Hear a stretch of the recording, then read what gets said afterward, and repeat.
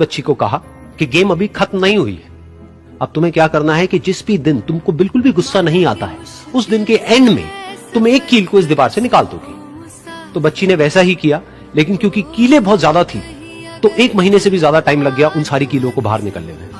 लेकिन एक दिन ऐसा भी आया जब सारी कीलें उस दीवार से बाहर निकल गई। फिर वो बच्ची बहुत ही खुश होकर के अपनी टीचर के पास में गई और जाकर के बोला कि अब उस दीवार में एक भी कील नहीं है। तो उसकी टीचर उस बच्ची के साथ में उस दीवार के सामने जाकर के खड़ी हुई, उसने देखा कि एक भी कील नहीं है दीवार में, फिर उसको उसकी एक फेवरेट चॉकलेट गिफ्ट करी और बोला कि तुम इस प्राइज को जीत गई हो। बच्ची बहुत ही खुश हो गई।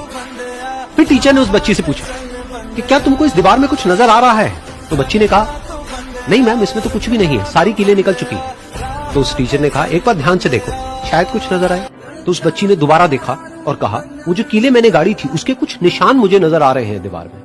जब बच्ची ने ये देख लिया, फिर उसकी मैम ने उस बच्ची को कहा जैसे तुमने इस दीवार में कील गाड़ी और अब तुम उस कील को तो निकाल सकती हो लेकिन उसके निशान को नहीं मिटा सकती, ठीक इसी तरह से होता है जब तुम गुस्सा करती हो। जब तुम गुस्सा करती हो अपने माँ बाप पे या किसी पे भी, तो उनके दिल पर चोट लगती है, उनको दर्द होता है और वहां पर एक निशान रह जाता है। उस निशान को तुम चाह करके भी हटा नहीं सकती, फिर चाहे तुम उनसे जितना मर्जी माफी मांग लो।